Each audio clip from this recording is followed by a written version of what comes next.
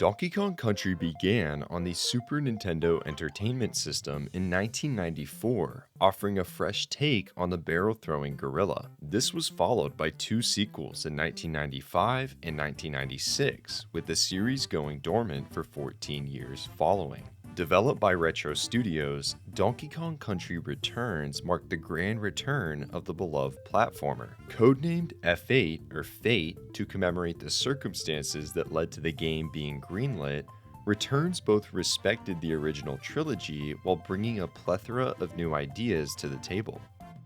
On Nintendo Switch, the King of the Jungle has made only one appearance over the console's lifecycle.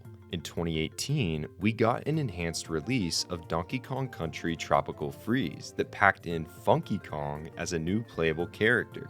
To this day, Tropical Freeze is one of my favorite platformers ever, with intricate platforming, an incredible soundtrack, and some memorable and fantastic bosses. 7 years later, Donkey Kong is back with his second adventure on Nintendo Switch, Donkey Kong Country Returns HD, the adventure that took place before Tropical Freeze.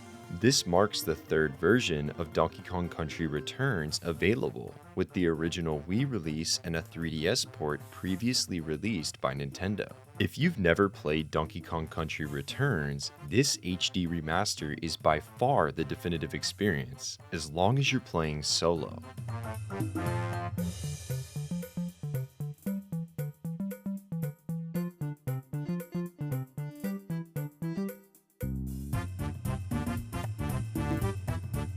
Donkey Kong Country Returns acts as a reboot in the franchise, kicking off with a major volcano eruption on Donkey Kong Island.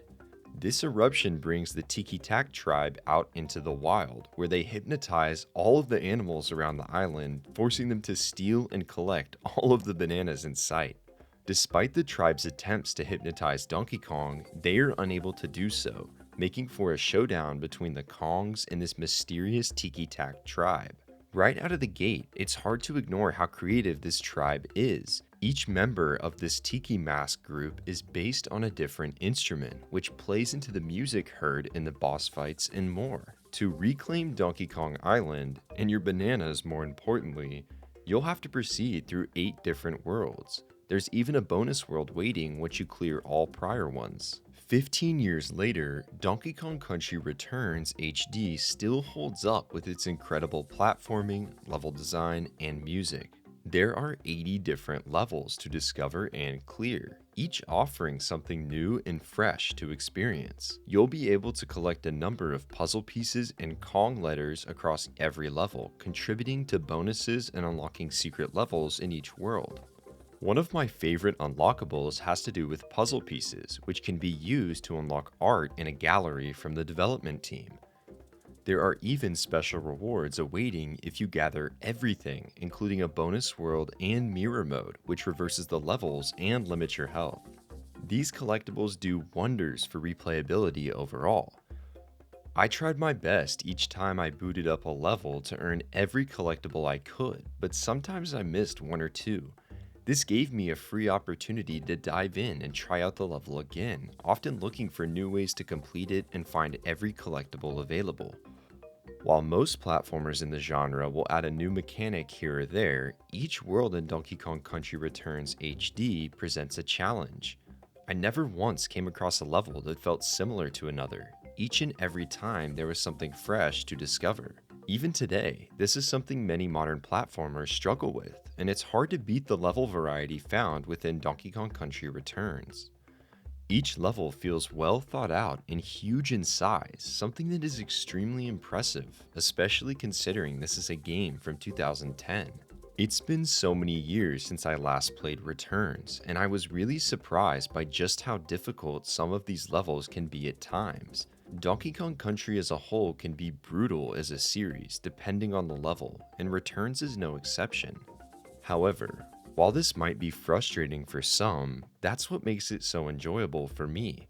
It's a stark contrast to many other platformers that Nintendo offers, with many levels across each game that don't hold their punches. Some difficulty spikes can be a bit demoralizing, but you can quickly learn the ins and outs of each level by just practicing. Even if you aren't able to get the hang of a level, you can call on Super Kong to power through it for you. Just don't expect to keep any of those rewards or collectibles. Of course, I must mention this game's soundtracks. It's still one of my favorites that Nintendo has put out. Although I still prefer Tropical Freeze's soundtrack with the return of David Wise as it had more variety, Kenji Yamamoto's work on this game is really excellent. There is a unique composition of instruments that play well into the game's antagonists, with tracks like Fear Factory Returns being standouts.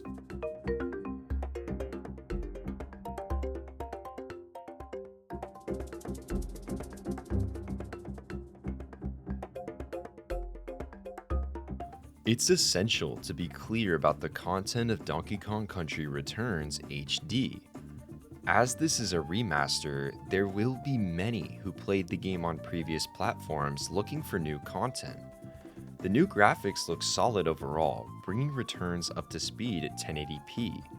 Unfortunately though, no new content has been added to the remaster besides a new modern mode, which lowers the difficulty by giving more hearts and offering more items. This way, you can have up to 6 hearts between Donkey Kong and Diddy Kong and 9 items on a single level. While this is a welcome change for new players, it falls short of the content some might have expected with the nature of this re-release. The $59.99 price point of the game has been a contention point for many online. With the game only adding modern mode and touching up the visuals, it's fair to say that if you've had your share of Donkey Kong Country Returns before on Wii or 3DS, holding out for a sale on this one is understandable. However, if you've never played Returns or simply wish to replay it, Donkey Kong Country Returns HD is worth every penny, if and only if you are playing solo. For the entirety of my first playthrough, I played in single player, as I usually do with all games.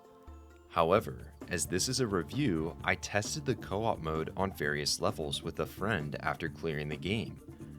And upon doing so, I ran into a significant problem that many have seemingly overlooked. In the original Donkey Kong Country Returns, if Player 1 jumps on an enemy, Player 2 has the ability to do so as well for a short time thereafter. This is critical for navigating through the various chasms and ledges where jumping atop an enemy's head is the only way to continue across the stage in co-op mode. In the Nintendo Switch version, Player 2 will just fall. You're unable to jump on an enemy after another player has already jumped on it. This even goes for enemies on the ground, as Player 2 will take damage instead of bouncing off the enemy. This is frustrating if you are looking to play the game in co-op, as, in my opinion, this bug renders it borderline unplayable. Sadly, this is the case, especially considering that the game itself is excellent and the rest of the remaster is fine, but this is something that cannot be ignored. It was not an issue present in the Wii version, and it's certainly not something found in Tropical Freeze on Switch. I did not play Donkey Kong Country Returns 3D, so I can't say for certain whether or not the bug was present in that version. However, since Returns HD was clearly based on the 3DS version, I would not be surprised if this is a bug dating back to that release in 2013. To be honest, it's really surprising that I haven't seen any attention to this called online, because I almost feel like I'm crazy, but I'm certain this is a bug. Donkey Kong Country Returns HD is immediately one of the best platformers on the system, no question, but if you're looking to play in co-op, I cannot recommend it at this time. If I were to guess, this should be a straightforward fix for Forever Entertainment to implement, and I hope that Nintendo and the developers coordinate on a fix for this.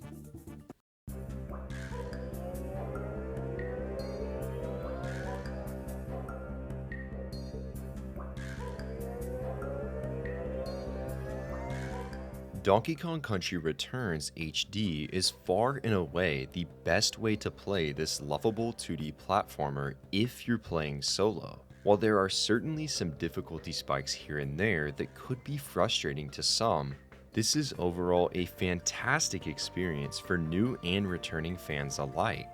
I do wish that Nintendo and Forever Entertainment added more to this basic remaster, but the original game is so good and more content isn't needed to make this a complete experience. However, if you want to experience the game with a friend in co-op mode, Donkey Kong Country Returns HD is not in a state to do so. The current bug in the game makes the co-op experience unplayable in my opinion, and it's in desperate need of a patch.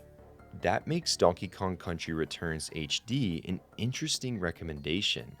Even despite the basic nature of this remaster, this is one of the best platformers available on Nintendo Switch, right up there with Tropical Freeze, Super Mario Bros. Wonder, and more, as long as you were playing alone. If you're playing in co-op, however, I think the frustrating nature of the bug will sour your experience. I adore the Donkey Kong Country series, and I hope that we'll see a new one appear on Nintendo Switch 2 after only receiving 2 remasters for Nintendo Switch. Final Weapon is giving Donkey Kong Country Returns HD a 3 out of 5. Nintendo provided Final Weapon with a Nintendo Switch copy of Donkey Kong Country Returns HD for review purposes.